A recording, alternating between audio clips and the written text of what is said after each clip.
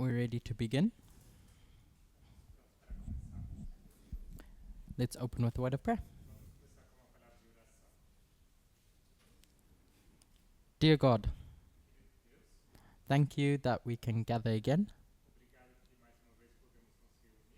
Thank you that I'm not going through this alone,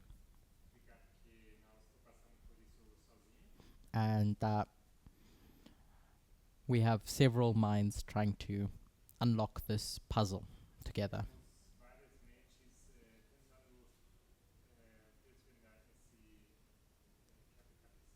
In Jesus' name I pray, amen. Welcome back. Because of time, I won't summarize, but in brief, what we're trying to understand is, at least prophetically, where does this idea of a good woman come from? That uses a good kingdom for good purposes. And so we started exploring the woman at the beginning of Revelation 12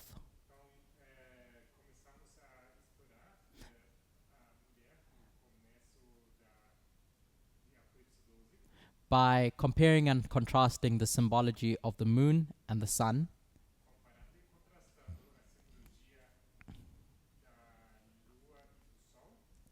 And I hope we can see that we can't ignore the political role that is played in the New Testament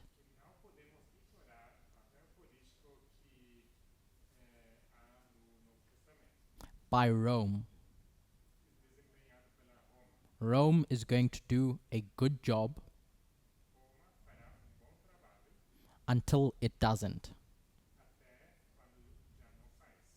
If I can say it in these words,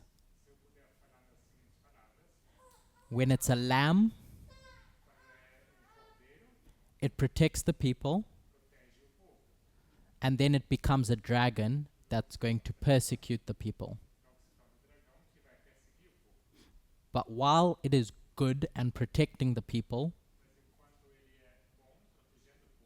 my suggestion is that that can be seen in the symbology of the sun, the glorious sun.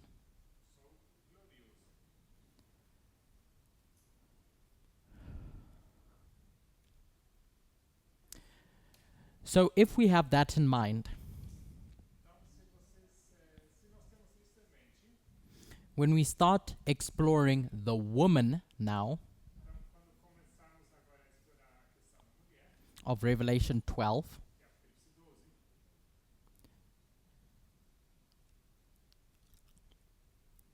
what framework do we usually understand that woman to be?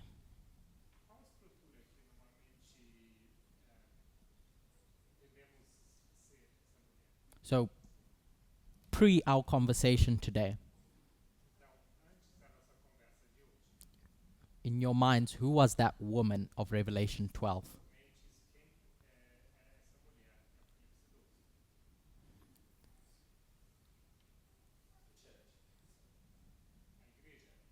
So I've heard the church. So we typically look at that woman as God's church. But we can see that that woman, I hope, standing on the moon, was more than just the church. Israel as a nation was a government too. And then when it's clothed in the sun,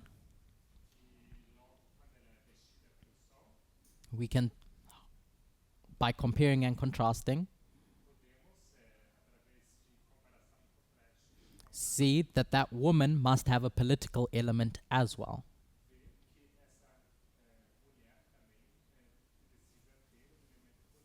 And viewing it one dimensionally limits us.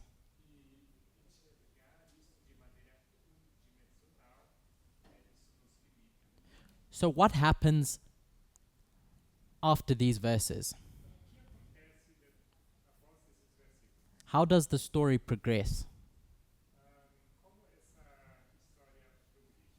We have Rome, and we have, we'll say, the Christian church.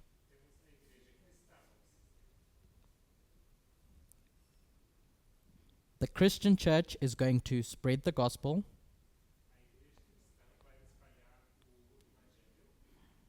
and Rome is going to, for a time, say,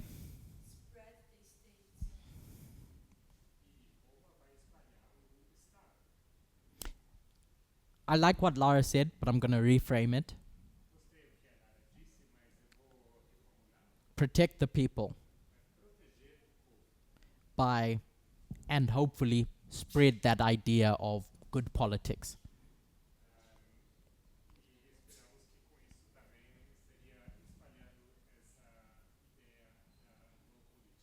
So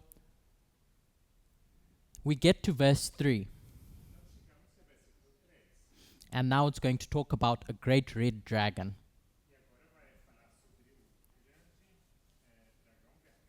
7 heads, 10 horns, 7 crowns.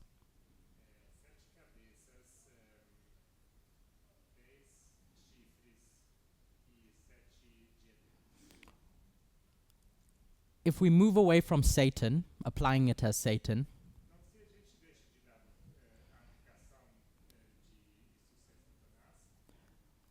who's this dragon?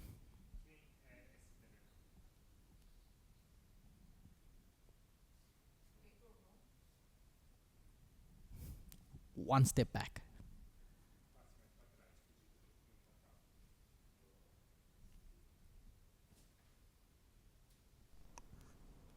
Pagan Rome?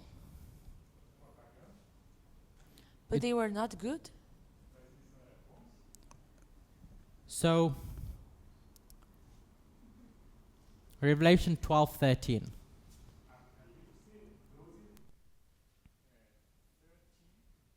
Revelation 12, verse 13. Okay. Okay. To resume, we went to Revelation 12, verse 13.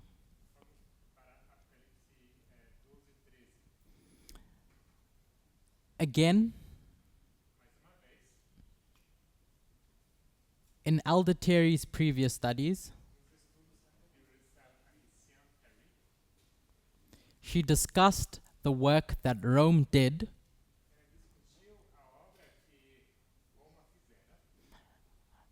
across the world in protecting people.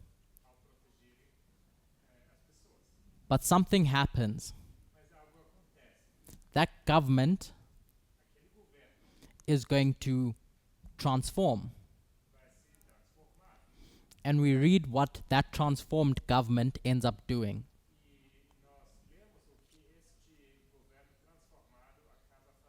It becomes a dragon.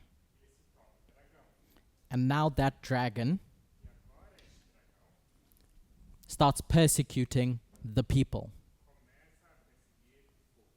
So that's where we are in history.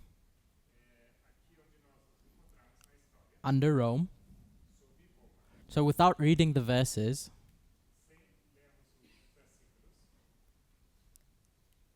Matthias, can you explain to me what happens now? From verse 14 down.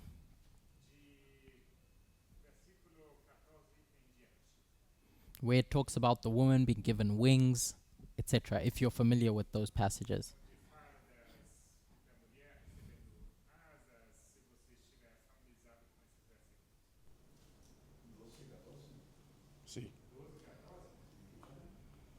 y se le dieron alas de la gran águila para que huyera al desierto.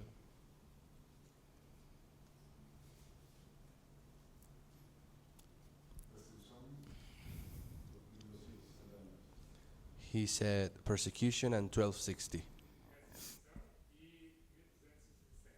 So the woman gets persecuted. People get persecuted by this dragon.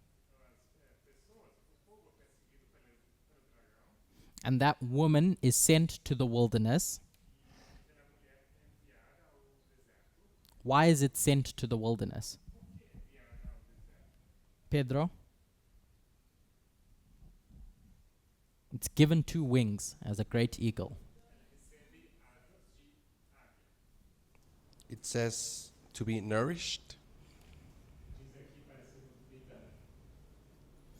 So it runs away into this time period.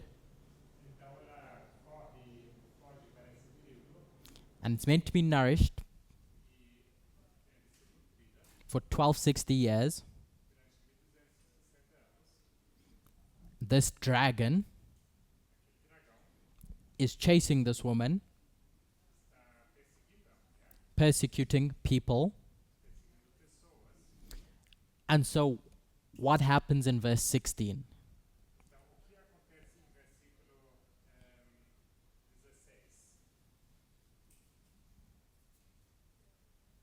Edurne?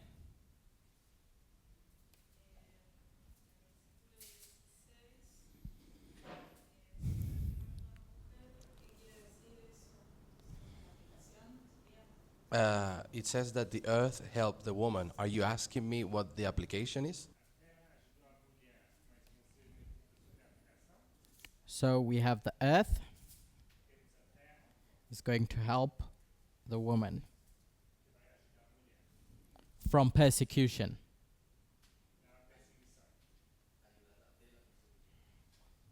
Yeah? That earth, what is that earth? How do we understand it? Without proving it. He said the United States. So there's this piece of land that's separated by a big ocean from this other piece of land we call the old world. So this woman is going to run there because this big ocean in between these two worlds is going to provide a safety mechanism against that dragon.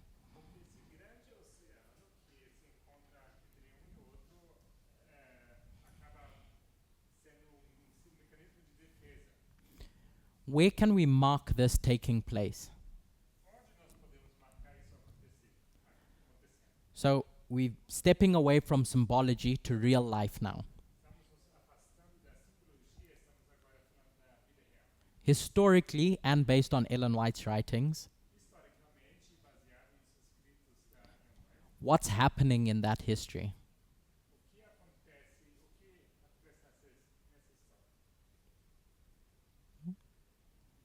Lara? Like papal persecution. So there's persecution happening here, but historically,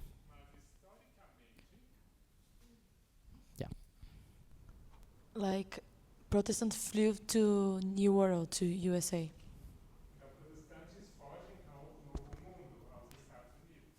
so all these people that are fed up with the papacy,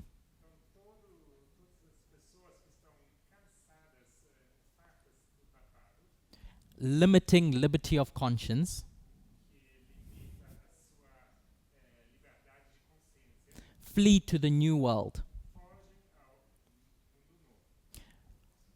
Those people are running away from what? The church or the state? They're running away from both, But what's persecuting them? What's the tool that they're afraid of? If that state doesn't exist, that papacy can do nothing. So what they're running away from is this corrupted state. This system of government that's no longer serving them. I'm going to give a year. You could probably come up with another one of when these pilgrims land in the Americas.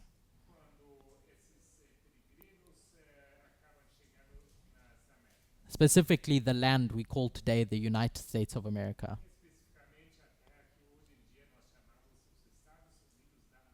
So long before that lamb rises up in 1798,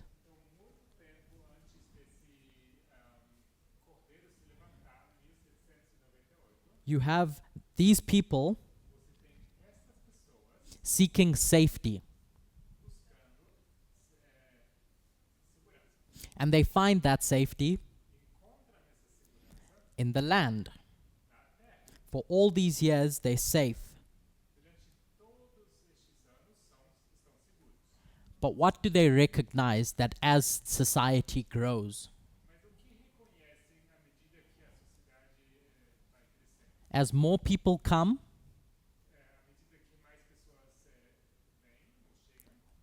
what becomes obvious to them? As soon as you get more and more people.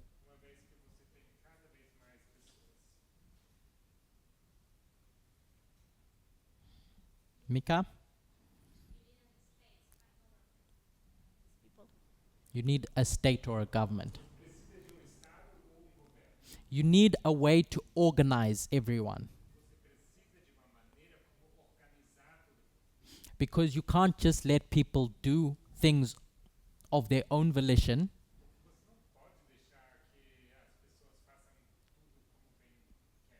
Because you recognize that some people are going to do savage things.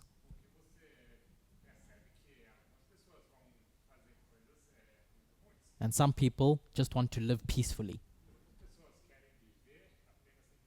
So they need to set up a government to protect the people.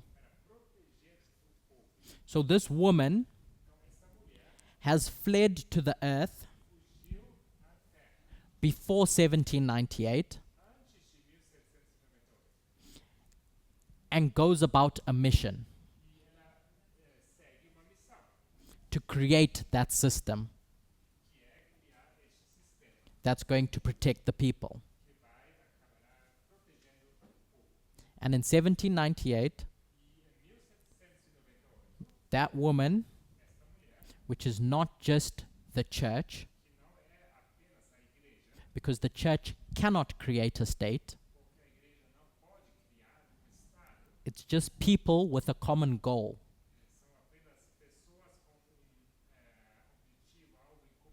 Their common goal is, we need protection. So they create a system that's going to protect them. That's the story of the Sixth Kingdom.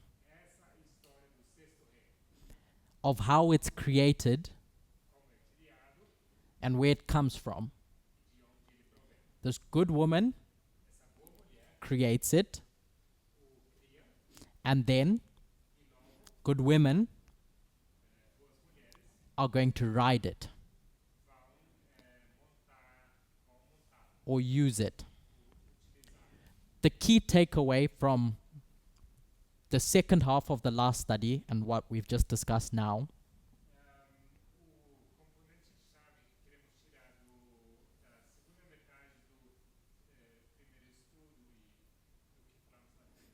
is that if you trace that story of the good woman of Revelation 12, we can see that it's not isolated to the church. It's political in nature as well. So we've got a question.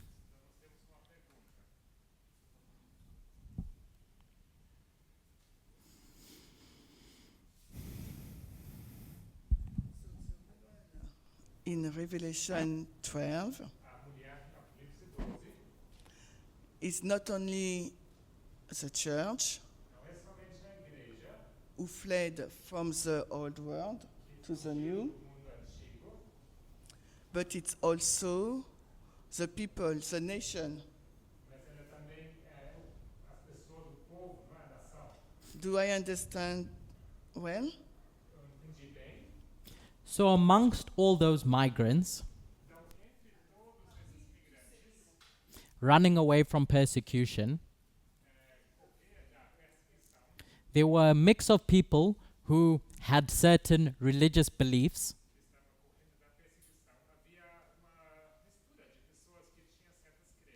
who are running away from religious persecution,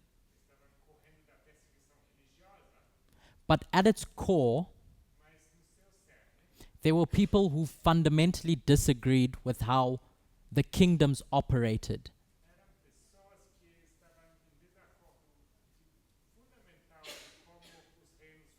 In threatening their liberty of conscience, even in relationship to science.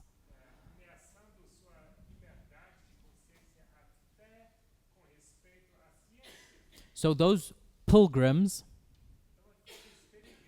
are not just Protestants, how we typically understand it. Those Protestants were just people who were protesting how Rome operated, how the papacy's ideology had flooded the old world.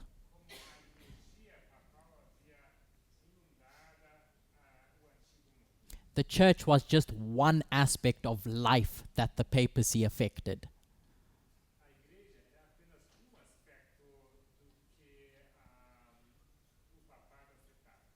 Science, schools were all under attack in that 1260.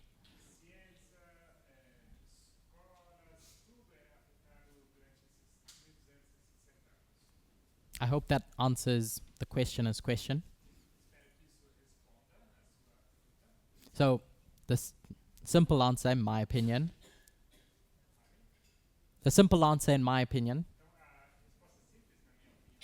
is that it is not just the church that's running away from persecution. It's all these people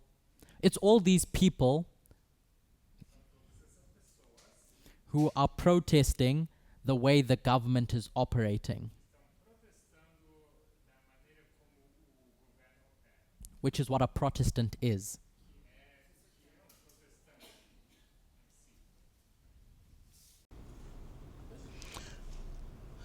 At the beginning, we said that we try to understand the good woman who rides the head,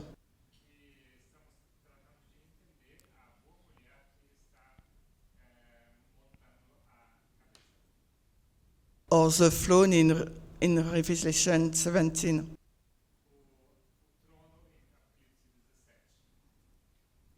So I think I miss a link in your description or explanation of the woman of Revelation 12 as a good entity having a good ideology. Because this good entity, you describe it as the people and the nation.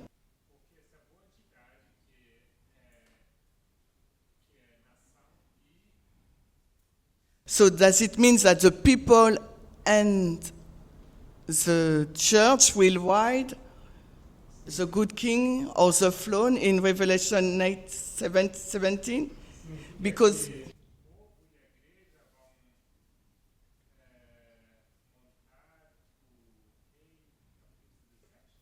because this is what we want to identify.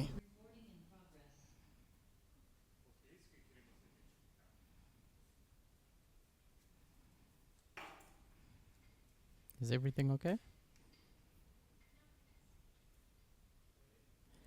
So, Shemens asked for a summary. A key turning point is what takes place in the history of 4 BC. This separation of church and state. The state is going to protect the people, and the church has its own job function.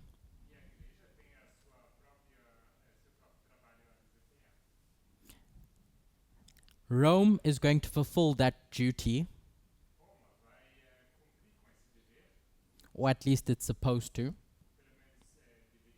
until it morphs into a persecuting power.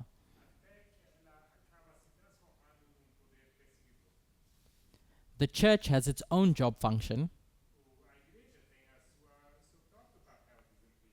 and during the 1260, the papacy, this entity with a bad ideology,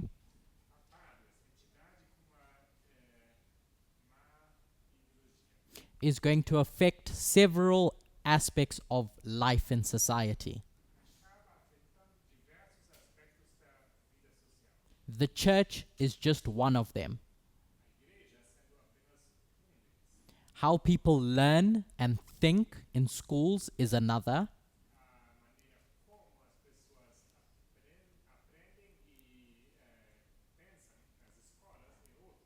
What people think about science is another. Whether the sun revolves around the earth or whether the earth revolves around the sun.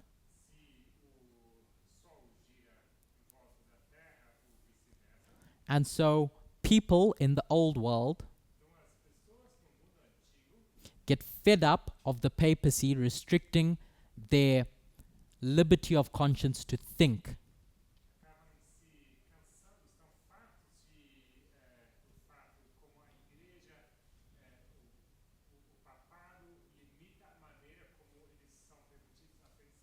They're protesting this form of government that has emerged in the old world. At the direction of the papacy. And so they flee to the New World in 1620, where they can find safety. People, separate to their profession, separate to the fact that they belong to a church or a school or the scientific community.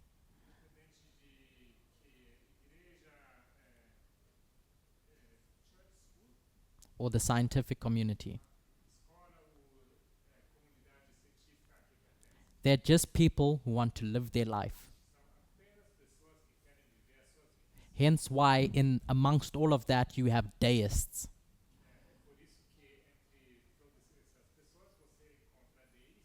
Not just the Christian story we tell.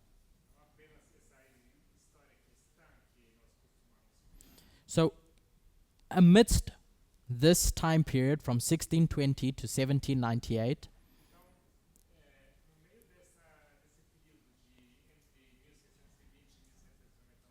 as society grows, I think it was Lara that pointed out that they're going to need a government.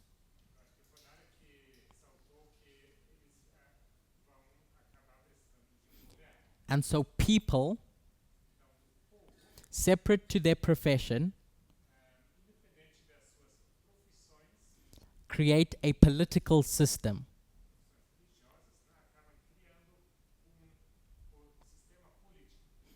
Remember now, church and state are going to be separated.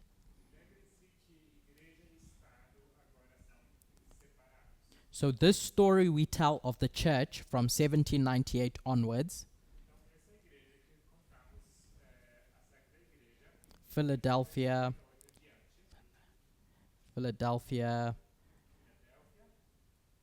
Laodicea, etc., is one story of how the church gets protected in the new world. But the other story is how people as humans create a system to serve the people, irregardless of their religion. So when I say the good woman, I'm talking about that one, the political one that creates the system, not the religious one, the church one. I hope that summary helps. Lara? I think I said that when I talk about the good woman, I'm talking about the people that create this political system to protect everyone regardless of their religious profession.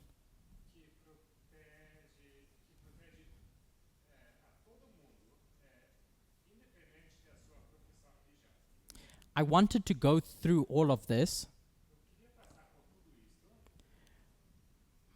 because it's becoming evident to me, at least,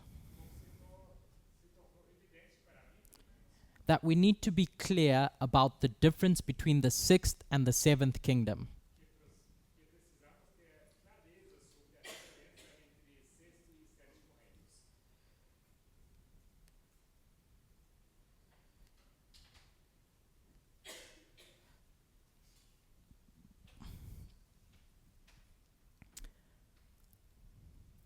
Over the years, we've learnt a lot of history about the formation of this lamb-like beast.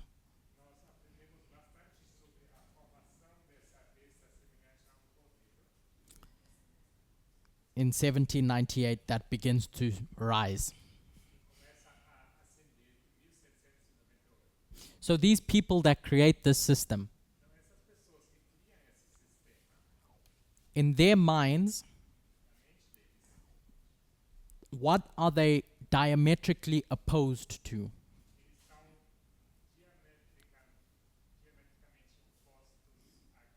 What are they need to make sure that they don't create?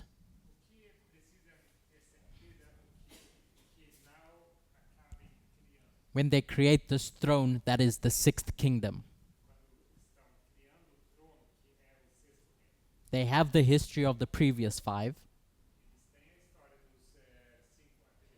So what do they need to be sure they don't create?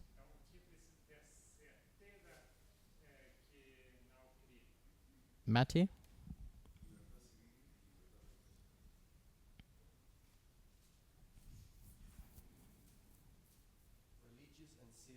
Liberty. Remember, we're not talking about the woman yet.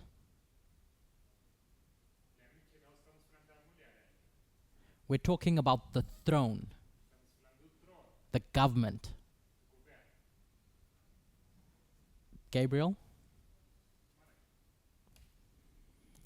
So Gabriel said that they look back in history and what they see with all the kingdoms that have ruled the world thus far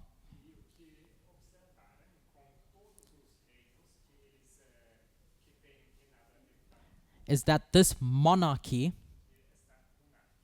is too powerful. It has too much power And as soon as you have something with too much power, it gets corrupted. It's easy to get corrupted. And so what do they do when they create this sixth one in the new world? Mika?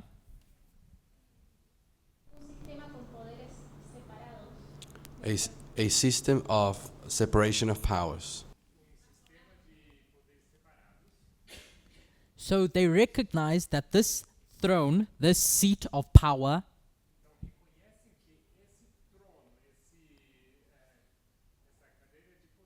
needs power, but it needs to be restrained. And so when the founders go back and forth about what this government is going to look like,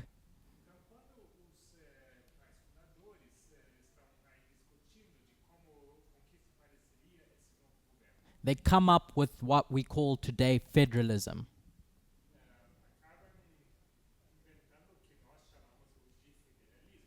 The system of checks and balances. There's a danger of monarchy. And what makes monarchy a monarchy?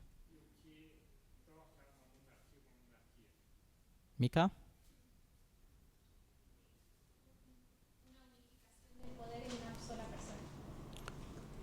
The unifying power all over one person.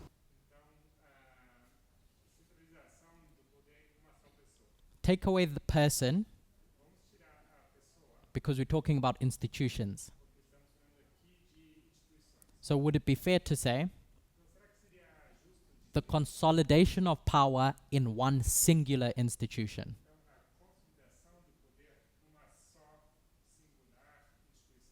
So now when they create this sixth kingdom, they're going to distribute that power in contrast to all the previous heads or kingdoms.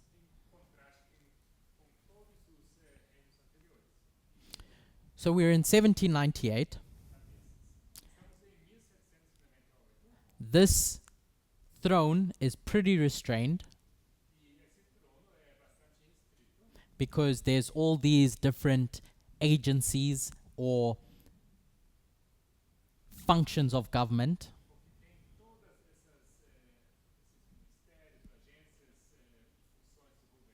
that have their own power. So if you're going to get someone or something with an ideology, they can be restrained. They can be restrained.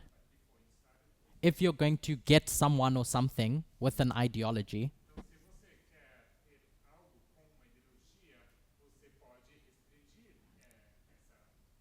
an entity with an ideology, they're not going to be able to just do what they want.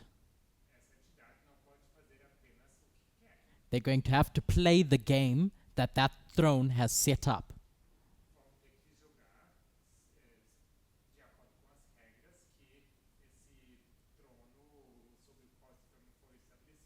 So by the very nature of the sixth kingdom, you cannot have a bad woman riding it.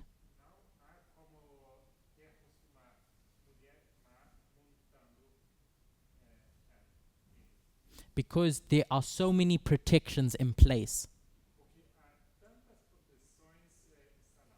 that a bad woman wouldn't be able to accomplish anything, because it's fundamentally different to the tool that it would want to use.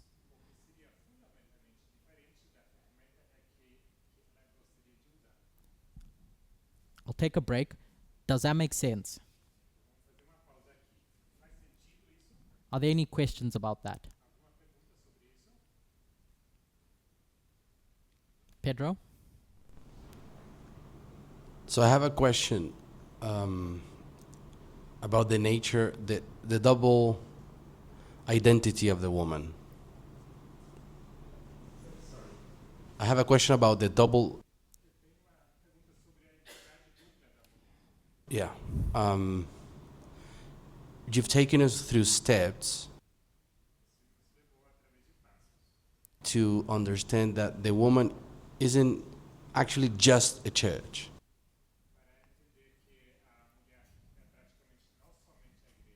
It is also Something. people in general. So once we divided that, we say it is the people's part, the non-religious part.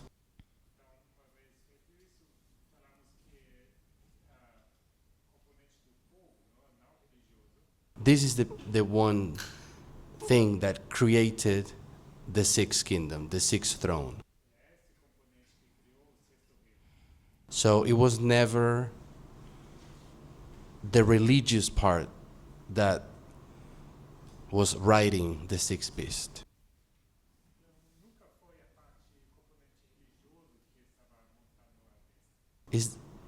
Do you have a concise sentence or a proof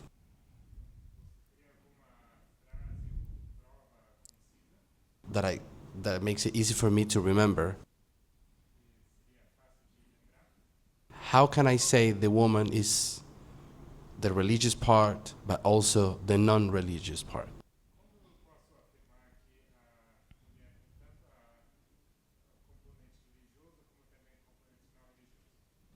For me, at least, it's that story at the end of Revelation 12 that gives us the clues. The fact that that woman flees to the earth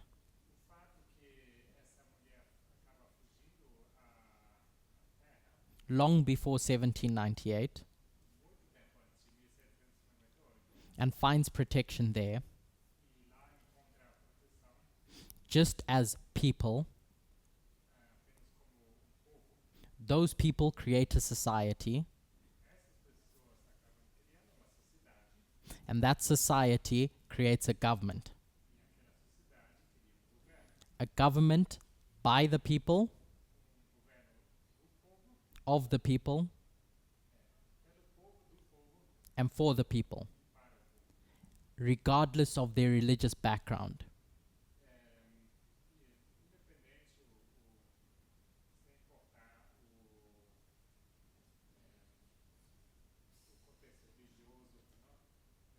So it's a-religious.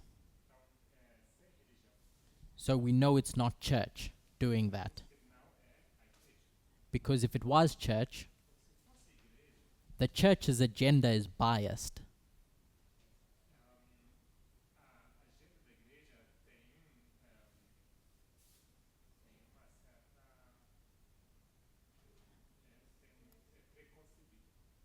All the church wants is to spread the gospel, is to tell the world about God. So if you're going to have a church do that, you're not going to have a system that protects all people because of the biases of that church. So apolitical people come together.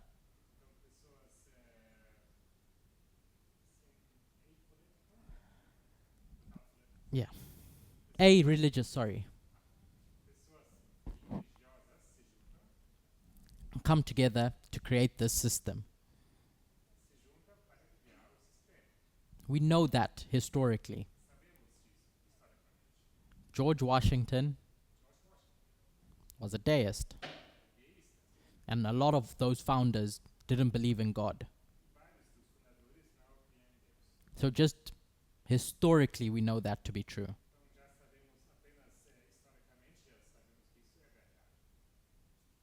Does that help?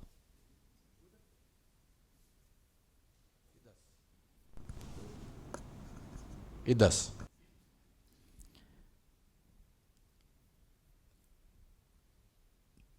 So we have the system now. A restrained throne. We've spoken about the sixth kingdom. The question I started off with, or the statement, was how does this transition from the sixth to the seventh kingdom work? What does it look like? If they're both USA and they're both inherently good, what is the difference between them? The seventh kingdom is good. It's not a dragon. When it's created. And the sixth kingdom is good. So what's the difference between them? What makes a kingdom a dragon? What did we say at the beginning? Or a beast. What makes a head a beast?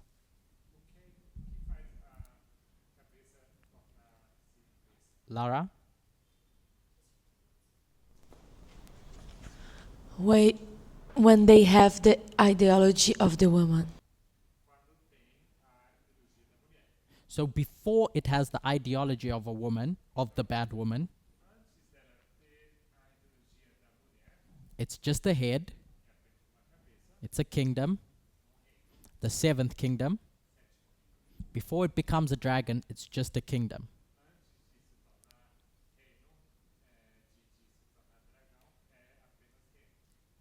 But when was it for the seventh kingdom? We're getting there.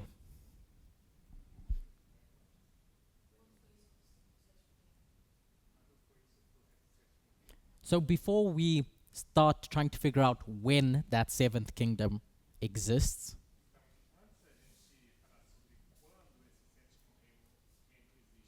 what I want to figure out is what is the difference between them.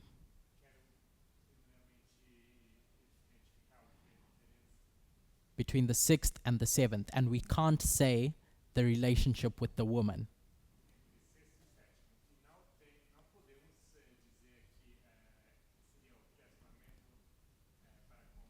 So separate to the bad ideology or good ideology of the woman,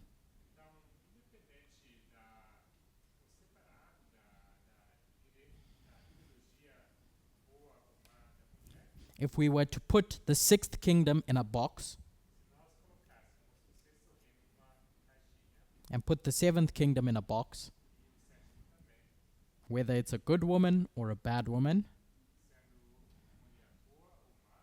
what is the difference between 6 and 7? I'll go Mika, then Mati.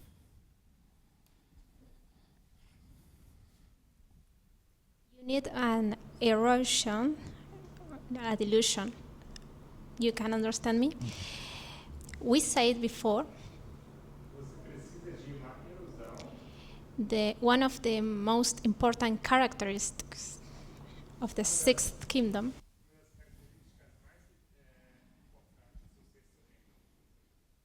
is this restriction of an unilateral power.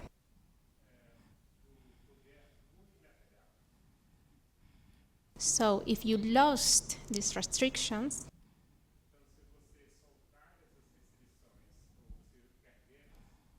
a beast, a different kingdom rises.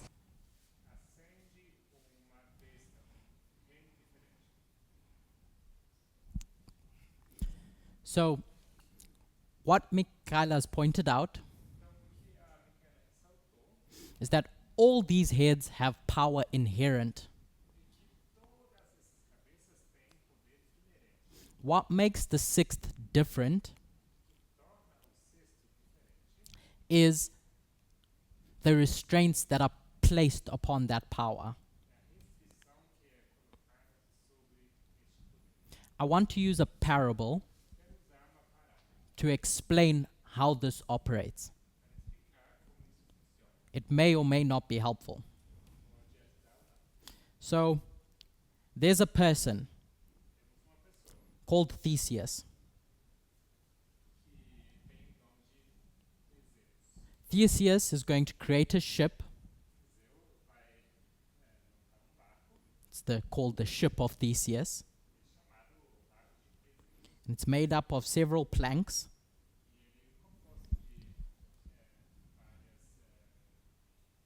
Pieces of wood.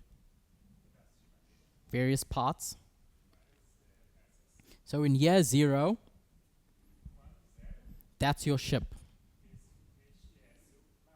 But as time goes on, Theseus looks at his ship and he recognizes that I'm going to need to replace one of the planks.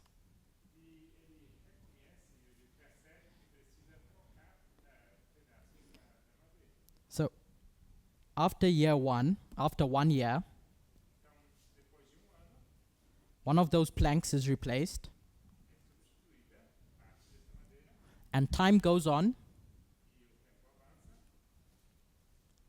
And he keeps replacing these planks.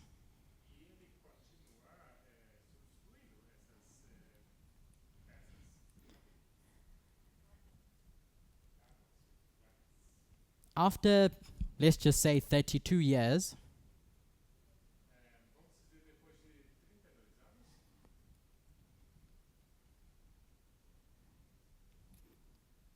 in year 32,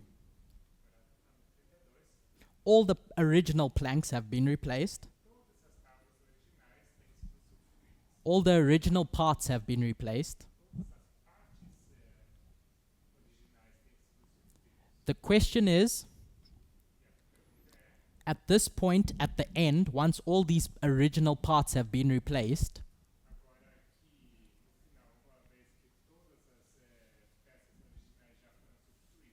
is it still the ship of Theseus?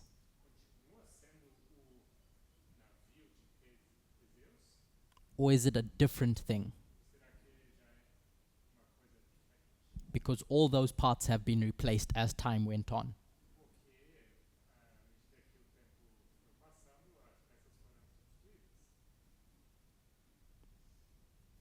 Gabriel?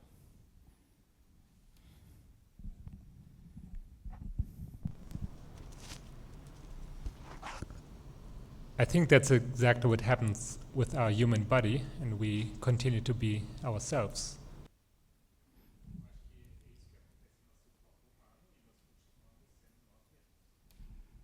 Michaela? Yes, I think the same, but depends, because the point is this new table is similar to the old table.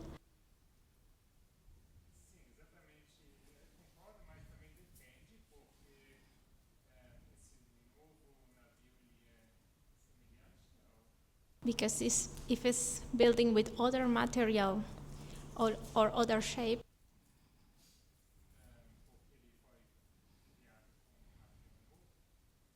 theoretically is the same is the Theseus ship.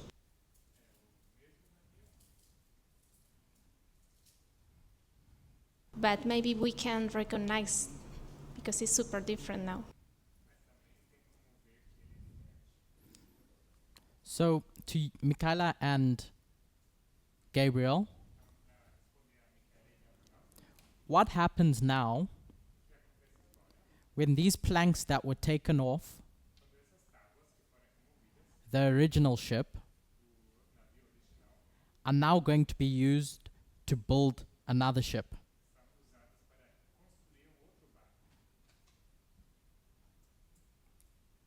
So you have two ships, A and B. One, the planks have all been replaced. B, those original planks have been put back together.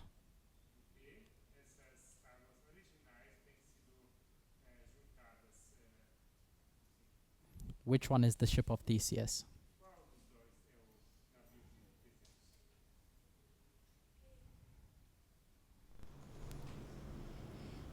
Lara? Why?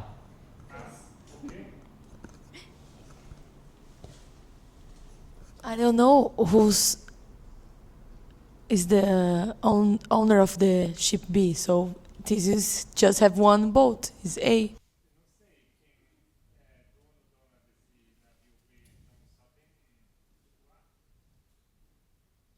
Theseus puts together that ship with the old parts.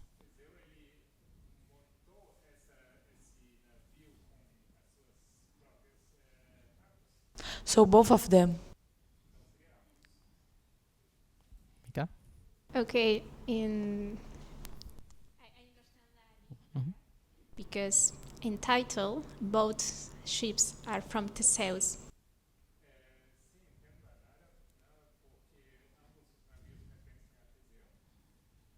Pero en esencia, sorry, but in the essence,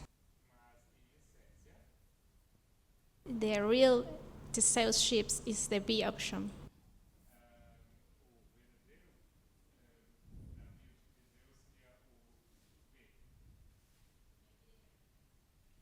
Um, I understood.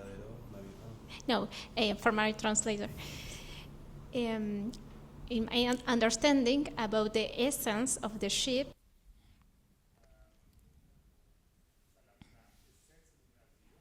the B is the real Theseus ship.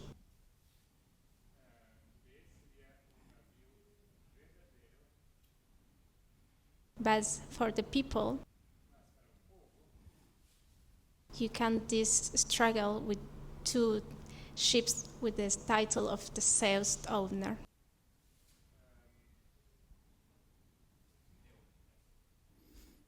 Daniel? So I think there is not false or truth. Definitely they're different. So there is a difference. If my leg is chopped off and I add a como fala prótese? Prosthetics leg on me, I'm different.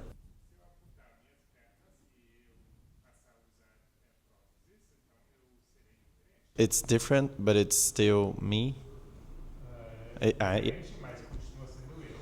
So both sheep.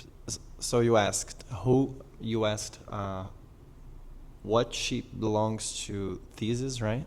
Which is the ship of Theseus, not what belongs to him.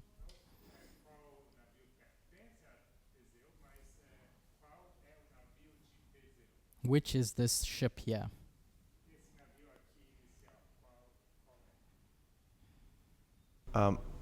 I think number A, but he's different.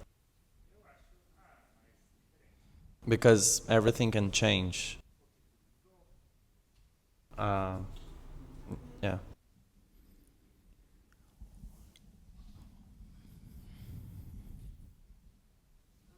Oh, okay. So, there's no real right answer.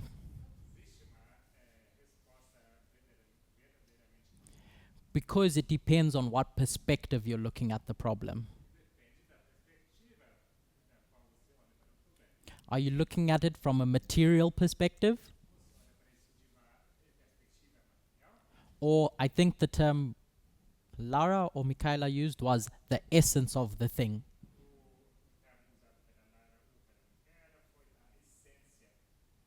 So its internal set out function.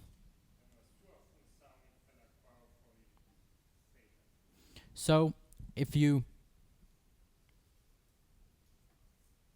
can envisage that it's both for now.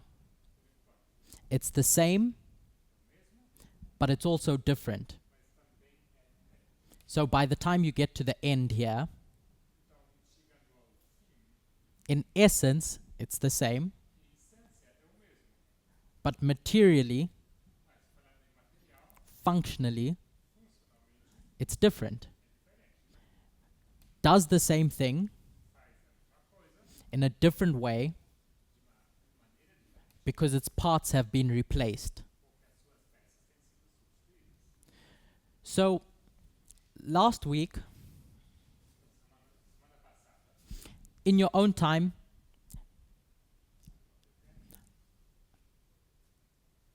look into how people question this problem, debate about this problem.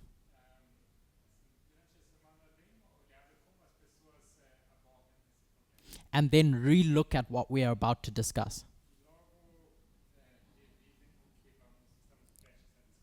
Last week, Anna did a series of presentations about Project 2025.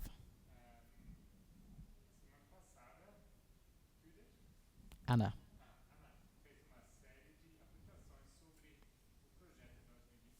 I hope you all watched those by now. And if you didn't, I encourage you to. What was the first pillar of that she mentioned in Project 2025?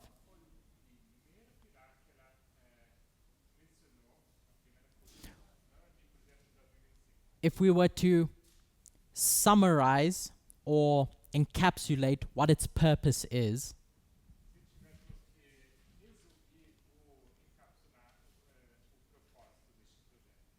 what could we say?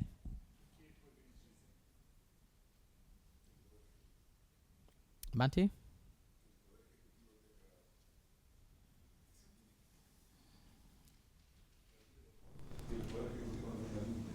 So that the executive power be limitless.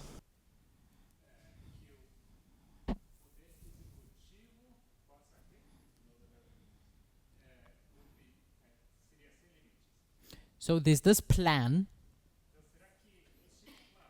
to reorganize and empower the executive branch.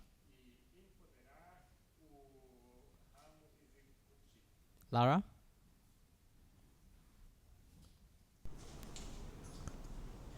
They're trying to put new planks to the ship to replace.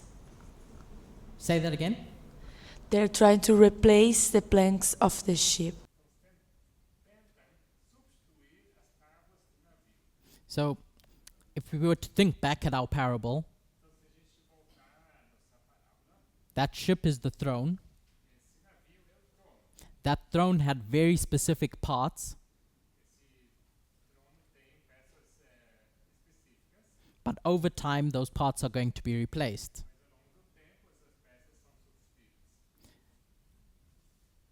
Anna, was that a hand? Oh. So in Project 2025, it's not a perfect like for like, obviously.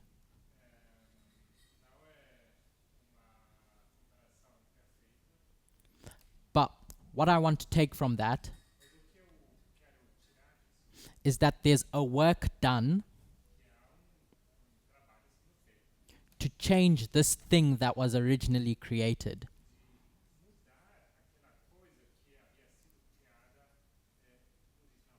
And Anna articulated it as the consolidation of power in the presidency. During those arguments in 1798,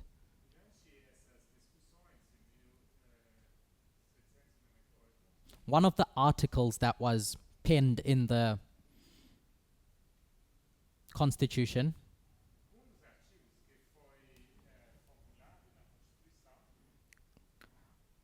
Article 2, Section 1,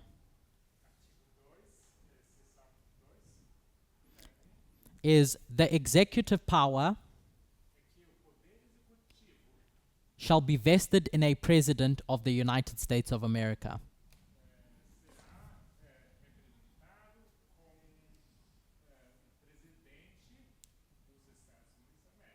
Not all of them agreed about what that meant.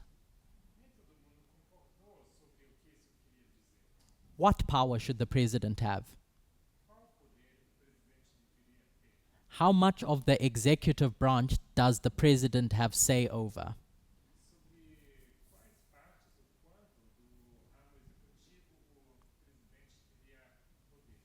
In the early days of this kingdom, the presidency was pretty weak in reality. Congress had a lot of power. As time went on, in the 1800s and early 1900s,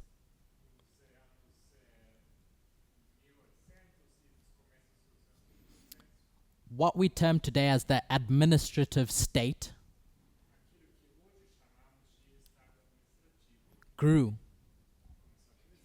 which is stuff like your independent agencies, like your Environmental Protection Agency, your Securities and Exchange Commission,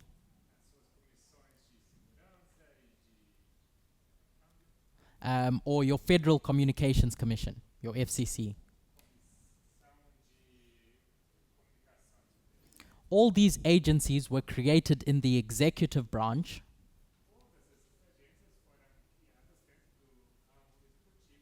to act independently, apolitically.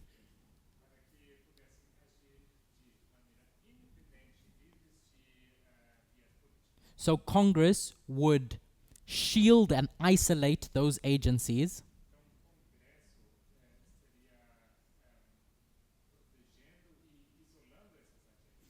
and the staff that run those agencies are not elected.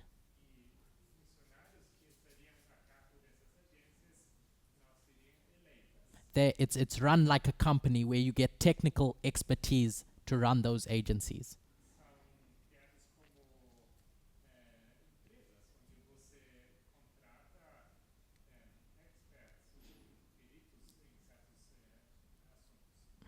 And an important part of all of that is that they're often isolated from direct presidential control.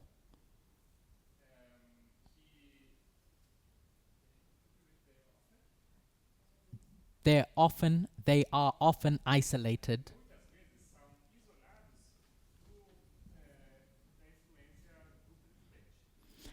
but in the 1980s, a modern theory started to emerge. Anna, can you remind us what that theory is?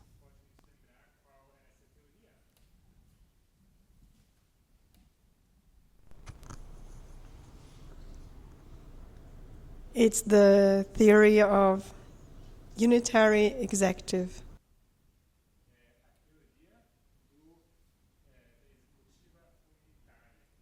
Can you explain what is that? It's basically the idea that all the executive power should be under one person, in this case, the president.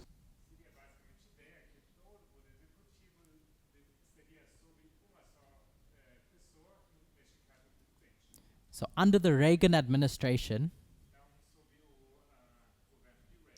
a bunch of scholars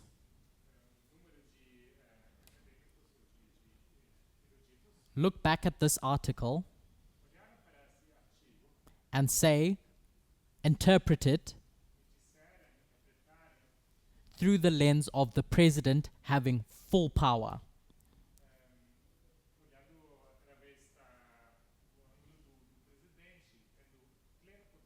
I sent 5 articles that if you haven't read them, it would be good to read them, because they explain this work of consolidating power in the presidency that began in 1989.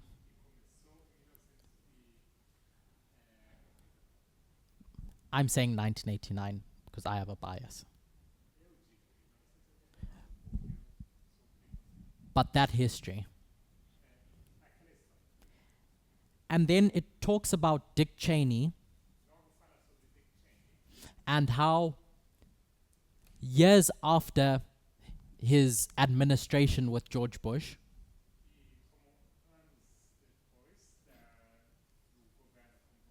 he looks back at this consolidation of power after 9/11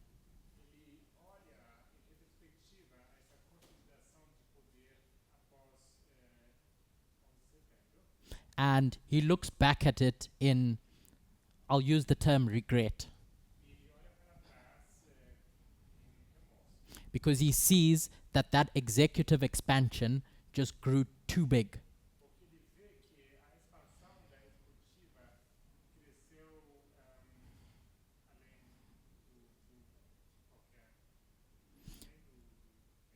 So from the 1980s, I'm suggesting that this seventh kingdom is born and begins to rise as the various parts of that throne start getting replaced.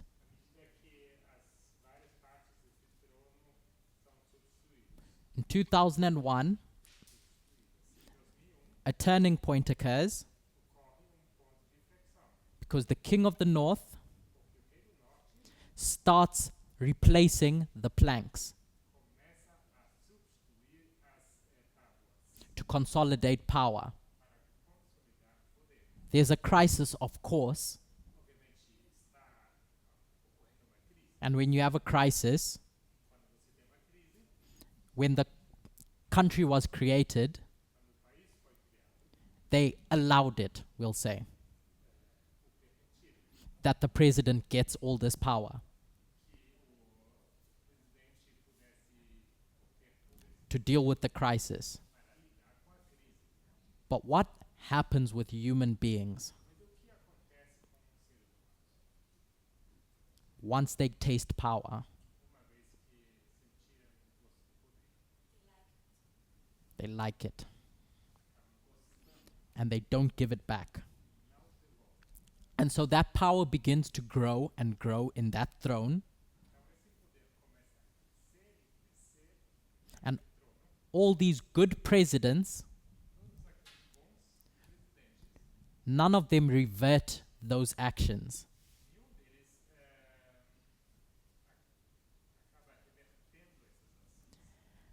And then we get to the last president. And so a question that comes up often is, where does the story of the last president fit in end time prophecy?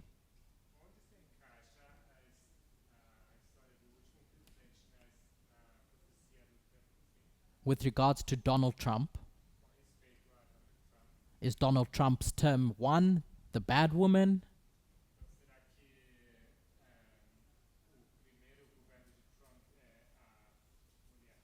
Etc.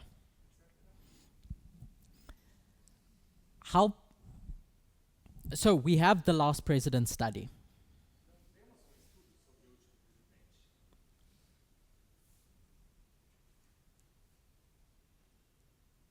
We have the study of the last president taken from what book and chapter, Edune? The study of the last president. If you remember.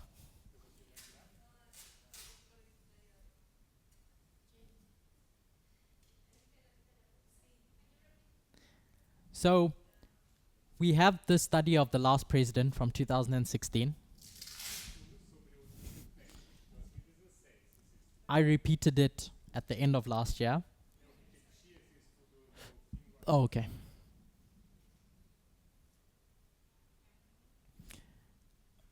Do you remember where that study is taken from? What book and chapter?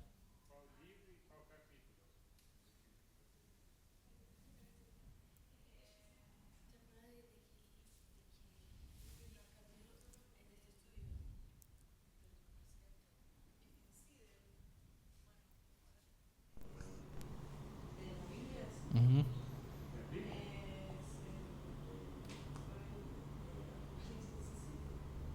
Revelation 17.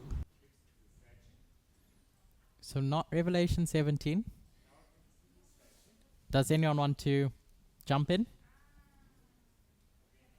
Yep, you remember now?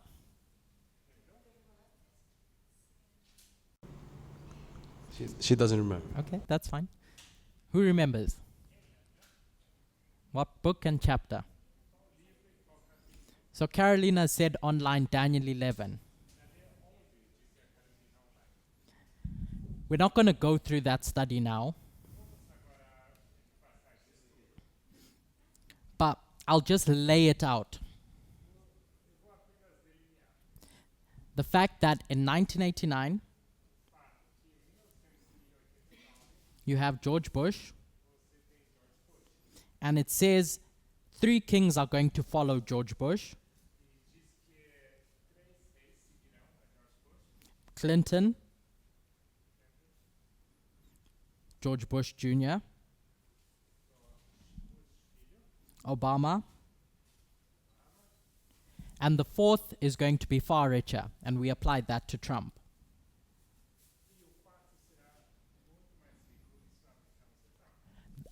For me, the key takeaway from that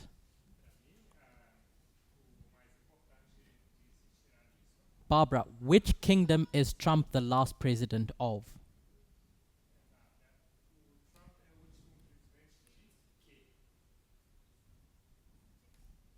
The 6th kingdom, because that's Medo-Persia. Does the 6th kingdom ever have a bad woman riding it?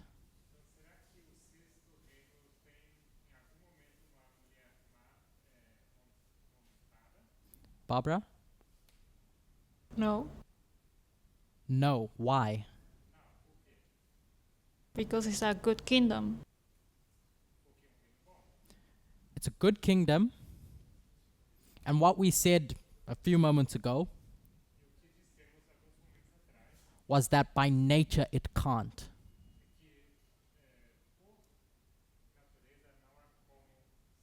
If we think of this relationship, that 6th kingdom was built in a way where if a bad woman comes and starts flirting,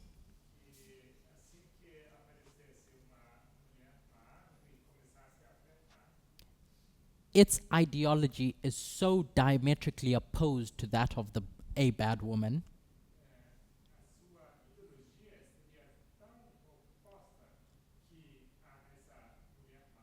that it just wouldn't even want to get into bed with them.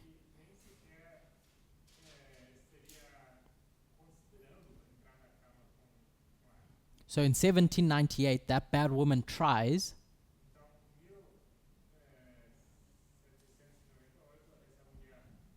the papacy, and the 6th kingdom says what? Get away from here. I'm not having any of that. So we get to 2016. Donald Trump, a good woman, flirts with that throne and says, okay, let's get into a relationship.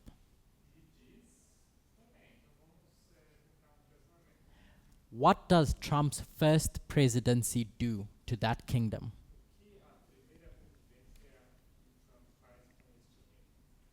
Think in the context of what we've been talking about.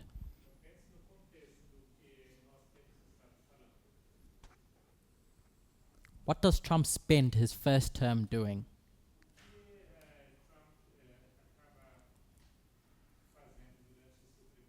I'm going to read a quote from Daniel and Revelation, Uriah Smith's commentary.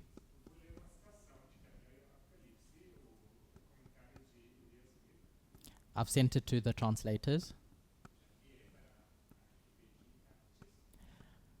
When talking about this prophecy at the beginning of Daniel 11,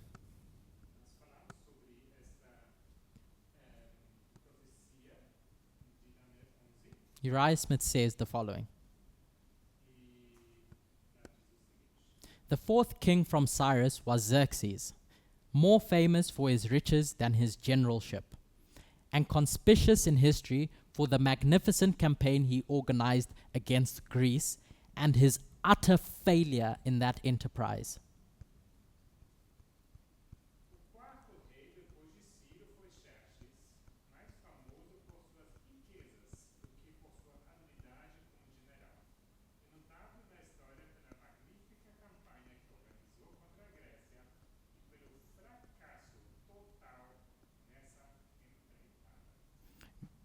So Medo-Persia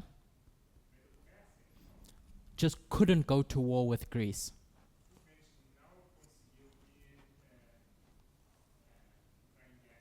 It fails. What was Trump's frustration in his first term? Laura? Why was he so frustrated? Because he was being restrained. Because he was so restrained. And so what did he spend the first 4 years doing?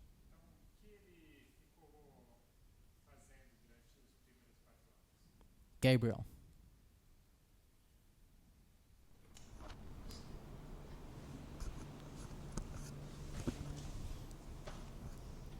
I was going to say he was restrained by the administrative state, and he was even impeached a couple of times.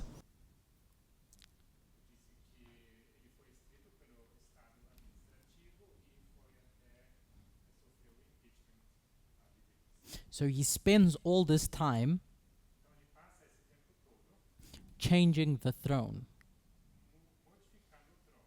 changing the government, reshaping it.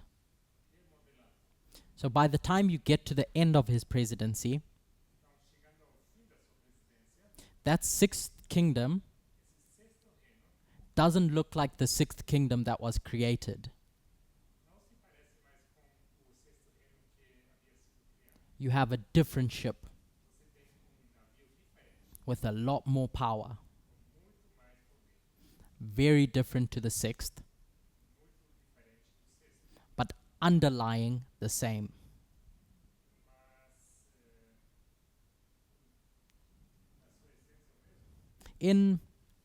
As a quick detour,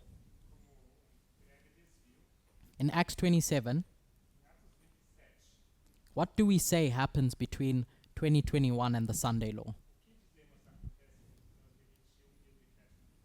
The Sea of Cilicia and Pamphylia.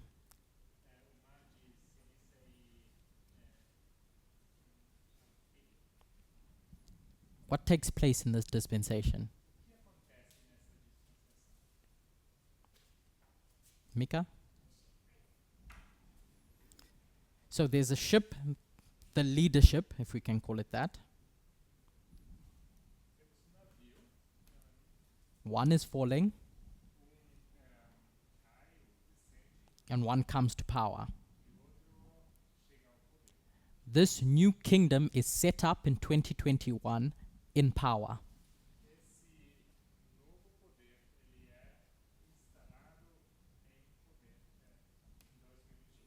The seventh kingdom.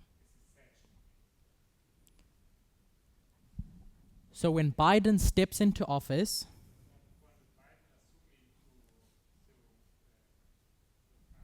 in 2021, he is what prophetically?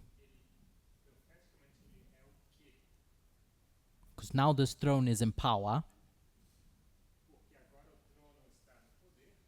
and now there's going to be an entity with an ideology that's going to sit on that throne.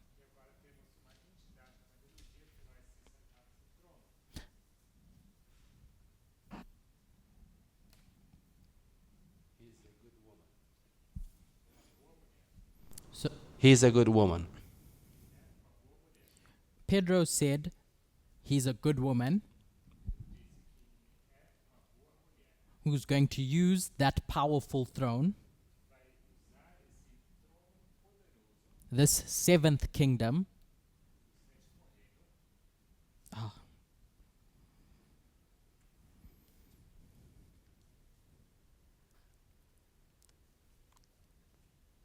for his own agenda. What should he have done? Knowing what the founders knew.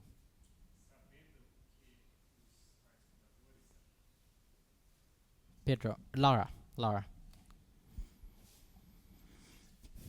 He should try to come back to the sixth kingdom. So in an ideal world, when a president comes in, they put back in place all those protective mechanisms.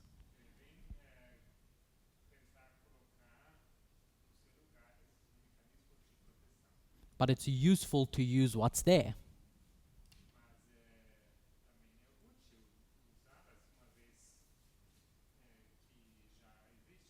And this presidency of Joe Biden ends up using the same machinery that he inherits.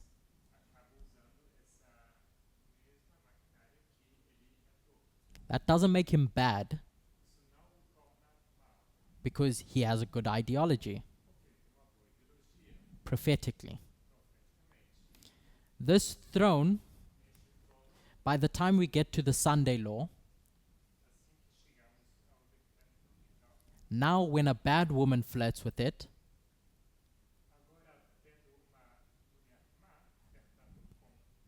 Barbara, what's its response now?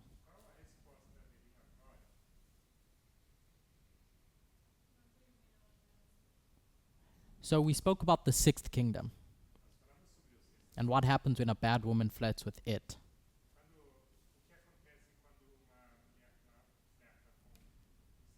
Now this seventh kingdom, this all-powerful seventh kingdom, what happens when a bad woman flirts with it? Fornication. She said fornication. Now it's going to listen. Because now it likes what that woman has to offer. Remember, this is a relationship. It's not a unilateral takeover. So the throne wants something that the woman is offering, and the woman wants something that the throne can offer. Without repeating it now, I'm just going to state it as fact. Daniel 3 tells the story of the Sunday law period of a bad woman making that throne even more powerful. In the recent weeks, we've spoken about the inherent selfishness of people.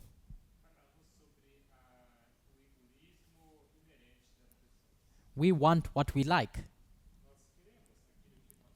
What does that throne like?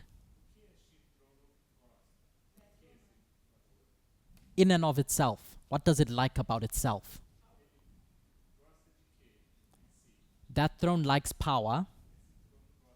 So the bad woman says, I can help you get more power.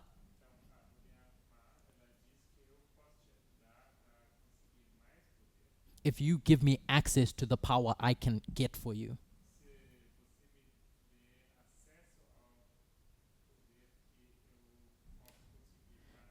So this seventh kingdom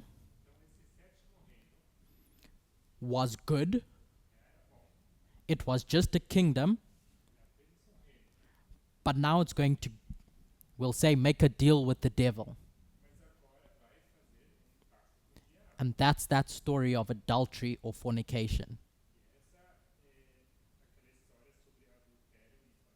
It was only ever meant to get into relationships with good women.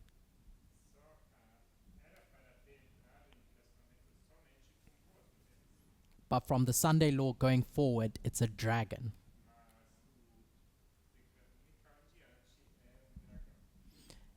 For me, this distinction emphasizes the fact that the sixth kingdom doesn't become a dragon. The sixth kingdom doesn't commit fornication.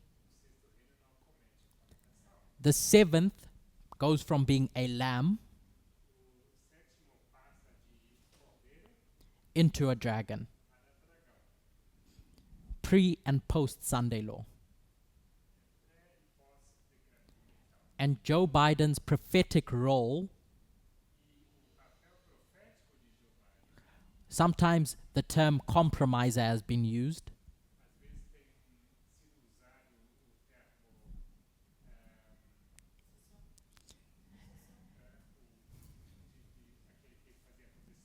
Is the first president of the seventh kingdom,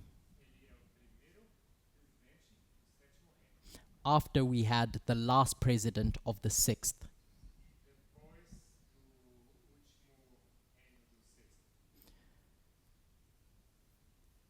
So it's time up,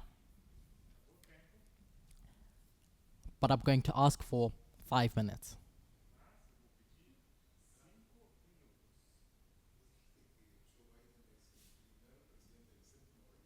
You just said that Biden was the first president of the seventh kingdom.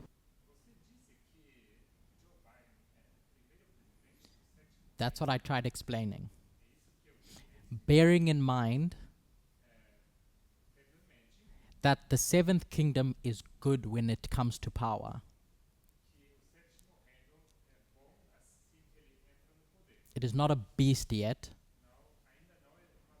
It becomes a beast when it gets into a relationship with a bad woman, Trump.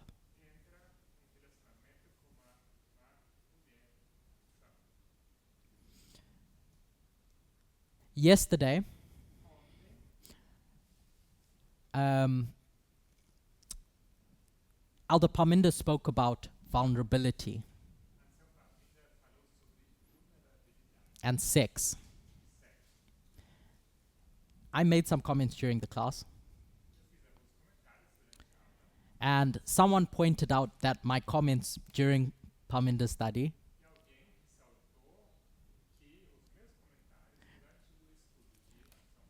were too spiritual, too out of this world.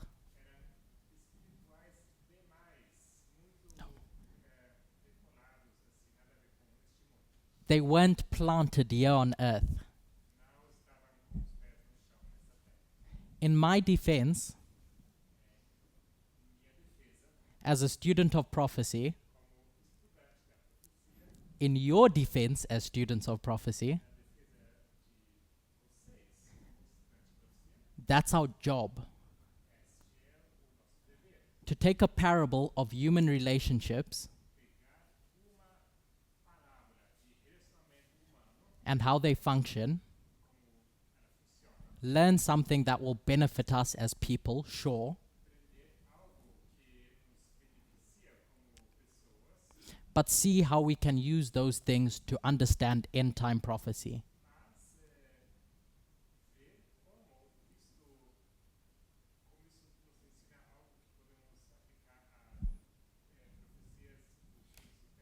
So when we talk about vulnerability and defense mechanisms, this throne has defense mechanisms of its own. Those political parties. And as soon as those political parties are killed, they become vulnerable to that bad woman. Which is why the RNC July 18 was so important. Which is why the RNC July 18, 2024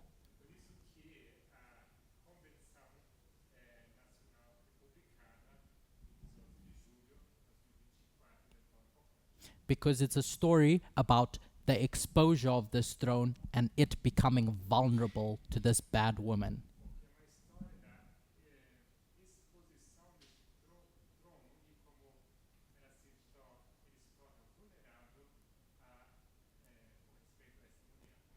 I appreciate that we've gone through a lot.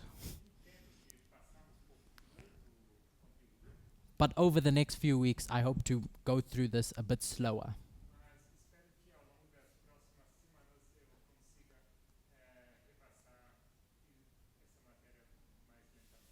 And if anyone has any questions online, they can message, because the dynamic today was a bit different.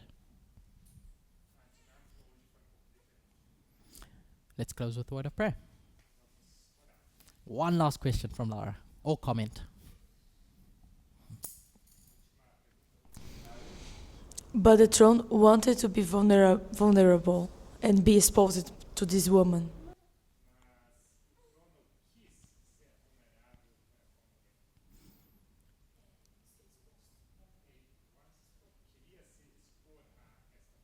Because it was fornication. Exactly. Let's pray. Dear God, the great controversy is complicated. And it doesn't make sense a lot of the time. But we thank you that you are kind and patient with us.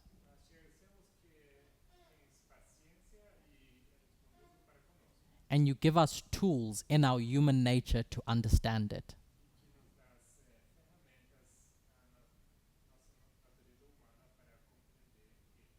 If I went through too much today, I'm sorry. I apologize to you, God.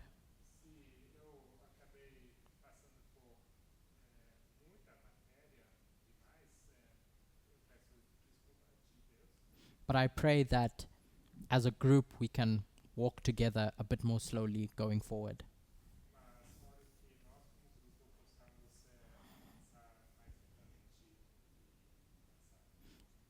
Thank you for our humanity and parables and the lessons that they can teach. I pray that I thank you in the blessing I've received in today's discussion.